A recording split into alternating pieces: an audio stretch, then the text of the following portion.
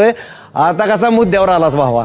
हा, अरे तुम्ही केलेल्या कष्टाचा तुम्हाला मोबदला मिळतो. अरे हमखास खन खन खन खन वाजवून घेता तुम्ही. शेतकऱ्याचं तसं नसतं. समजा मामला राम भरोशी. अरे वैशाखातल्या वनव्यात एकदा तापलेल्या रानातनं उस्तानी पडलेली वावर बघा, मग कळेल शेतकरी आभाळाकडे का डोळं लावतो ते. मातीत नांगराचा फाळ खुपसून माती जेव्हा उकलून बाहेर येते ना, तेव्हा ती माती नसती, शेतकऱ्याची छाती असती.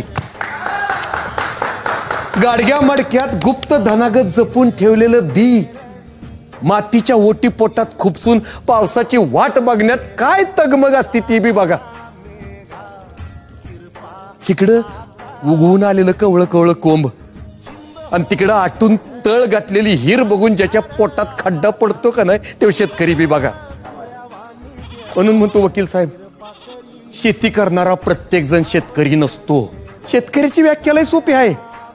काम असो नसो, दिसातला घटकावर जरी मातीत घाम गाळल्या वगैरे ज्याला भाकरीचा तुकडा तोडवत नाही, तो शेतकरी. लय मोठं मन लागतं शेतकरी व्हायला वकील साहेब, लय मोठं मन लागतं.